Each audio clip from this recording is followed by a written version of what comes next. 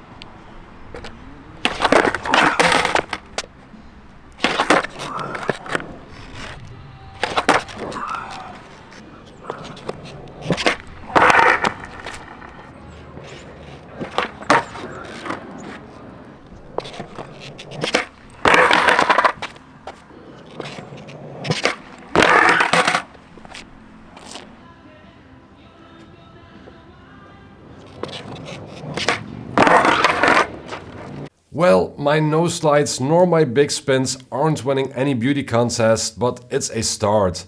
My camera kept shutting down, so I might have missed some better tries unfortunately. But I'm really happy I tried the nose slides again because the later ones looked a lot better than the scoochy first ones. I wasn't ready to jump down the ledge. The run-up is really short, and although it's doable, for now I would like to have some more time to prepare for the jump. So to avoid another injury and before doing anything stupid, I stopped trying it. 2 days later I went to another skate park I wanted to go to for quite a long time, which I will talk about later, but it looked like they have some good ledges that I could jump off with a better run off, so once I got there, I got to that straight away.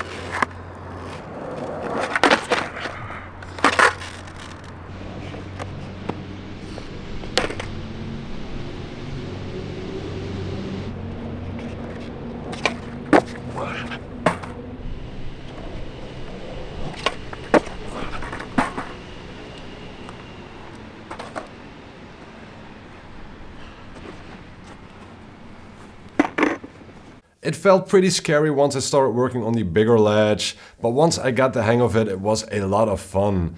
Especially creating a faux gap with my backpack and my sweater. I know it's nothing, but it felt like a big first step into doing stairs and gaps again, and I really enjoyed it. I was still really sore that morning from my last session, and even more so after jumping down the ledges, so my nose slides weren't that great. But these were higher than the last ones I did, and after a while I got a good lock in, so I'll take it. I wasn't ready to jump down one of the higher ledges ahead at the park because they were at least double the size of what I just jumped, and I didn't want to push it and just take the win.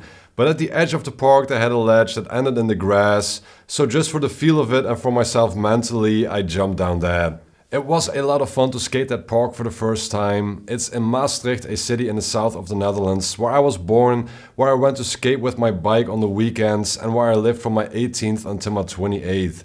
It was already in talks to be built 20 years ago, but once it finally got there, I was no longer skating, so I'm happy to finally have had a session there. My next session was at my local skate park with my wife and my kid on a drooly Monday morning, and we had the park all to ourselves, so I had all the space to work on my skate park fundamentals and riding transition, all of the things that I'm still lacking at because I was always really a street skater and never good at a skate park. So this stuff is all kind of new to me as opposed to the street stuff which I used to do back in the day.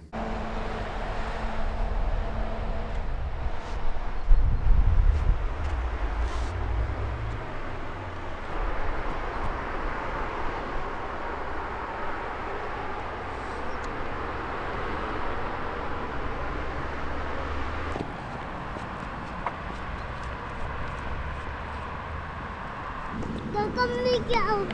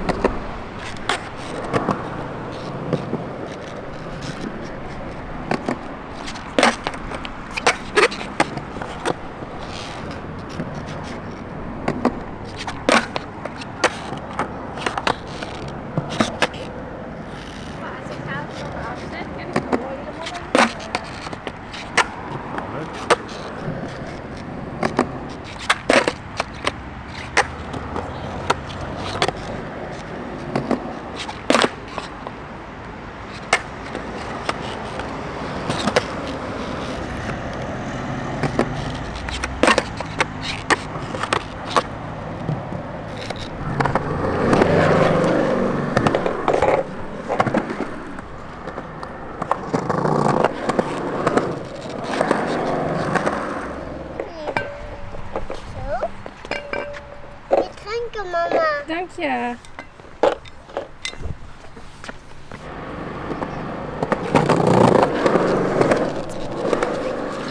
Hier voor drinken. Dank je.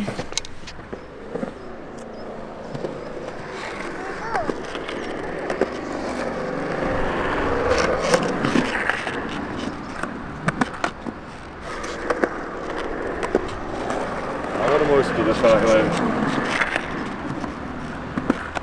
I feel like I'm improving little by focusing on the fundamentals, even though it might not always seem as exciting. I'm trying to maintain and improve on what I can already do, while also trying to add new things in order to get better. No longer am I just chasing some cool clips or comparing myself to my younger me. And even though I sustained a few injuries that stopped me from skating from time to time, I feel like I made some good progress in the first 5 months back on the board. And that changed mindset helps you to improve, to have fun, and to not injure myself when I can avoid it. I hope to see you next time, and I hope I got some new cool stuff for you then.